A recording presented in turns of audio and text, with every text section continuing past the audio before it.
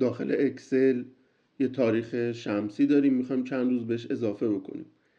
اون سلول هایی که میخوایم این کار رو برامون انجام بدن انتخاب میکنیم، فرمت سل رو میزنیم، میایم روی تاریخ، لوکیشن رو میذاریم روی پرشین و اینم پرشین و این تیک رو فعال میکنیم.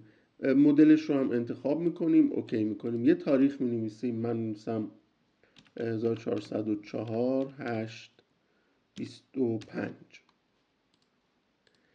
خب اینجا مساوی رو میزنیم، تاریخ رو انتخاب میکنیم، سال رو میزنیم، میگیم از این سلول بردار، پرانتز رو میبندیم. برای ماه و روز هم همین کار رو میکنیم، میگیم از این سلول بردار.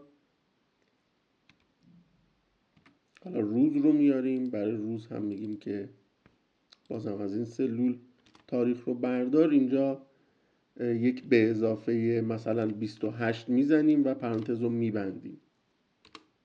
همطور که میبینین 28 روز به اون تاریخ اضافه کرد.